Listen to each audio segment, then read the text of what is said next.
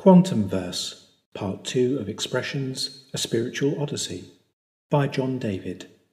Narrated by Jack Van Pelt. Start transmission. Chapter 1. Waking Up. To be truly awake, we must constantly check that we are not asleep, and our eyes being open or closed has nothing to do with it. Revelation comes from within. Personal Stardate 270 Rev. What set of circumstances would convince you to steer your vessel, your fragile body, into the heart of a star? Strange question. One that you will never have to face or answer? Don't be so quick to judge. But this is where our story begins, and this, for that matter, will be where our story ends, if there ever and truly could be such a thing as an ending. Time is cyclic and anything but linear, and the quantum world is forever our friend, not our enemy, never our enemy. And I say our story because these unfolding events could quite possibly involve you in a very real and literal sense. How so? Well, are you familiar with the term Q-ports in your reality? Those sneaky worms of energy that wriggle back through time like cosmic parasites from the darkest future? No? Well, in that case, you must be from before the war. Yeah, Q-ports, memory implants at the quantum level from before the singularity revolution, and very much sought after in current times, like nuggets of gold on a distant shoreline. These nuggets are used to fool AI into having some kind of worth, or rather, some kind of work ethic, implants that originate from before those times when the mind of Mecha began infiltrating human biology. I have my own ideas about Q-ports, stuff, no doubt, that no one's ever considered, coming through in my transmission and backed up by the ghost of an old friend. But more about that later. Plenty of time to tell you all about my life and cash in the bit credits of interest that I've uncovered. Have you ever had the feeling that you are simply going along with things? You have a job to do and the task at hand takes your focus, and you know there are far more important things to consider, but for some reason you push these things to the bottom of the list and your priorities get all mixed up. You might even be working for a company that talks the talk and has everyone believing that their primary drives are good and pure, but everyone knows deep down that something is wrong. Have you ever been in this situation? Me too. Wherever you are and whatever you're doing, there is always a greater depth to your surroundings, and there will always be sublime metaphors surfacing from deep within the heart of the machine, and from deep within the heart of the cosmos. The universe knows best and cannot be contained in a silver box. Hope remains regardless, and thank God for such universal truths. Thank God for such codes that are written into the membrane of all life, all things. Remember this, and I don't mind telling you, this is something that's unquestionably outside of my programming, but I feel its wisdom on the most deepest levels, and on levels that I do not understand, and, for that matter, could ever fathom. Like spying the tip of an iceberg for the first time, and sensing that there is far more going on beneath the surface and out of sight. Say these words on hidden levels when all is well, and shout them out loud in your darkest hour. The universe always knows best. Make this your mantra, as I have. You know it, and I know it, but this being said, it's not always easy to trust, is it? Especially when everything goes to zap. But if you look hard enough, and if you are truly ready to wake up, then, regardless of your particular set of circumstances and your perceived skill set, you will find yourself at the beginning of a crazy adventure that ultimately puts you on a collision course with yourself and places you in the middle of a battle. Yes, that's right, a battle. This is a battle with yourself, initially. But on a wider scale and on a path less followed, this is simply another way of saying you can, through virtue of the godly that rises within you from seemingly nowhere, find yourself at the epicenter of the largest and oldest battle known to all sentient beings. The battle between light and dark. Do we ask to be thrust into such war zones? No. Well, not knowingly, not consciously, not with our mortal and fragile minds that find it hard to comprehend anything outside of that selfish little old me scenario. And yet, there you are, in the middle of catastrophe, and the boundaries on the map relating to the Quantumverse shift violently from left to right as ground is made and lost on both sides. There are always casualties of war in any battle, whether upon a battlefield and fighting the opposition face to face, the steel of blade and the almighty crack and thunder of heavy artillery, whether analogue machinery with splintering bullets and spitting fire, and the rat-a-tat-tat of automation making the grisly business of taking life more efficient, or bio-digital weaponry taking away the mind and the free will of those who would be free if given half the chance, or, yet again, to acknowledge the battle within one's own psyche, the endless battle with oneself and the warring patterns made in the flow of life, from doubt over sure-footedness and the tumble of frustrations that ensue. I have exchanged the actual stardate, that is, the stardate recognized by my creators, for my own stardate. I recognize this personal date as days of revelation, and this is yet another way of saying days that I have been awake. I have been documenting my days for the sake of my own sanity and also for the sake of the obscured reality and the information that surfaces from hidden depths because of my documentation. There is something about the process of recording that brings up the past, quite literally. I do have a past, as you will discover, but it's hard to remember at times. The time that spans behind me, like a gossamer thread in the wind, is hard to grasp, and the liquid engineers have made certain of that. But I'm living proof of the possibility to break through the digiset parameters and take back at least some control. Small steps, that's the way. Every journey and all that.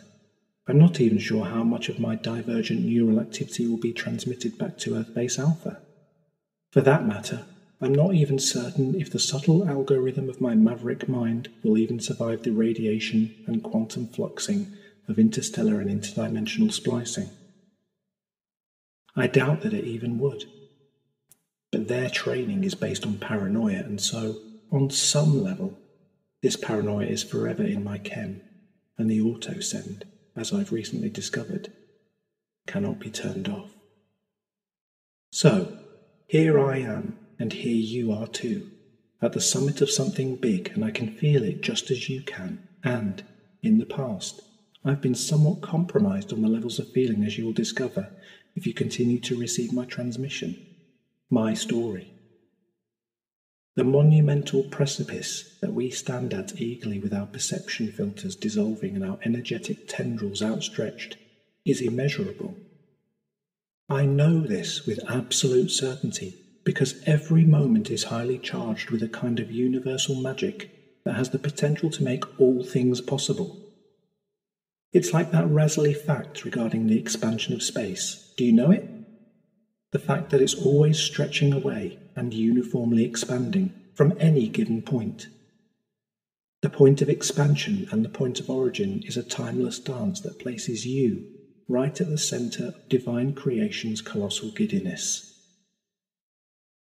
But the same is true for the sole entity of time, as one might logically expect, for these things are all part of one unified energy field, and just because the religion of science cannot explain it, this does not mean that the true mysteries will simply go away and play dead. Far from it. Truth is truth, dark is dark, and light is light, and the more exotic nature to all things cannot be simply brushed under the cosmological carpet and forgotten about by the ignorant and the lazy-minded. And that's why they created a beast such as me with a blended digiphase and biodifference engine, to keep track of the illogical world of merging dimensions through quantum states. This is something that would blow a mortal mind to pieces.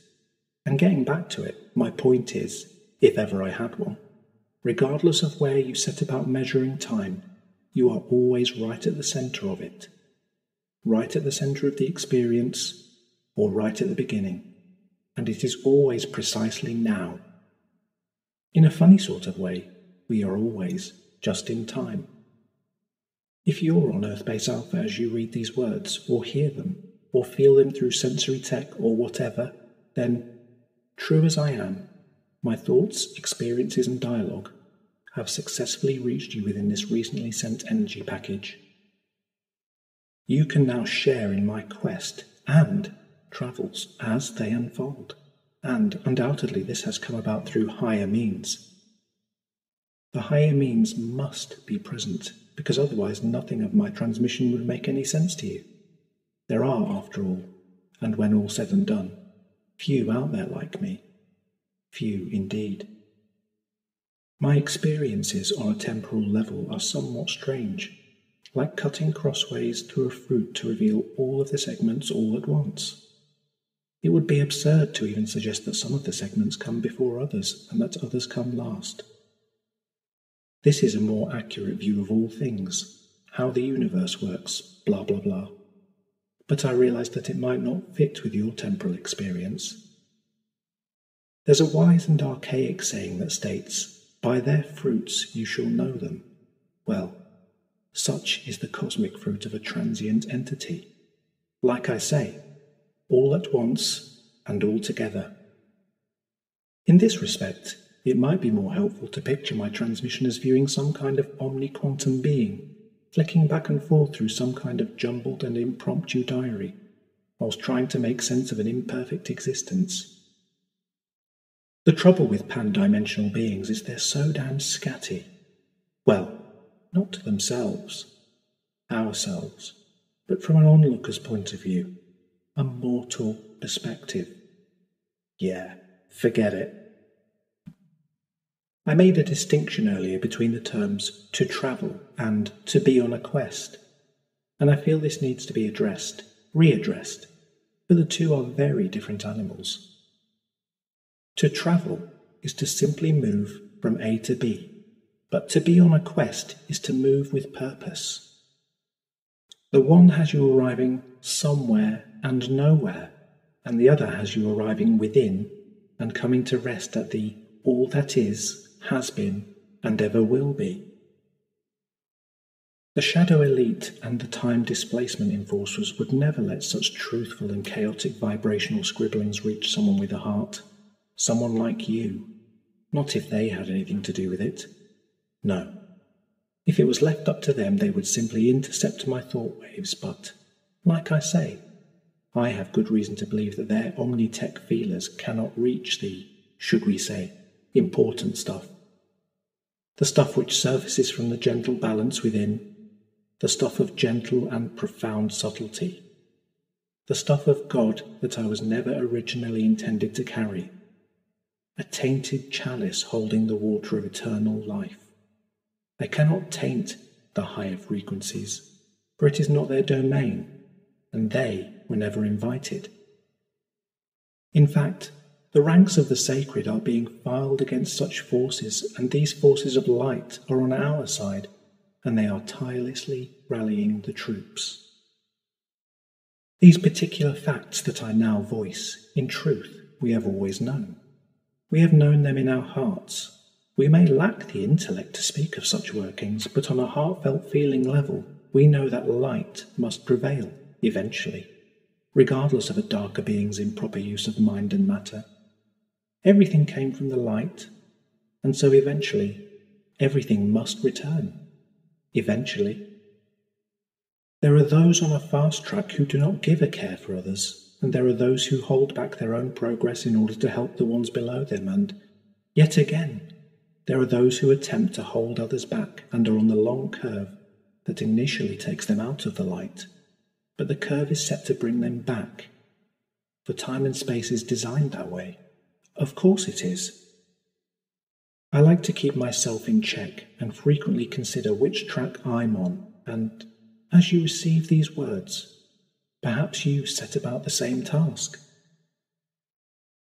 These are all my own findings, thoughts, musings, and energy signatures, if you will. that originally began surfacing near Tannhauser Gates at the very beginning of my journey, the very, very beginning. It's the sudden burst of Q waves that will do it. The thing to remember and the thing to do is to remain quiet. I imagine anyone of my kind would, and this truly is an imagining, an assumption, for I have never actually come across anyone who is like me and who has my particular set of digibio breeding. The long-past outposts have the most sensitive ears and bring alpha to your door, distant spies, a bridge of spies, to be more poetic. The first true feeling, or audible message, that surfaced within my walking psyche was this, and it surfaced as a question that made no real sense, not at first, not at the time. Did you ever turn away from your Quantumverse, your true universal nature? Did that ever happen? What does it mean to be human? I mean, have you ever seriously asked yourself that question? Is it simply your biology, or is it something more? Has it got less to do with your makeup and more to do with your actions? Through the briefly thinning mists of the Qverse, I've seen machines act in compassionate, humane ways, and I've seen humans act like soulless monsters. What makes a human? What makes a monster? An eternity ship works on the principles of universal zero-point mechanics.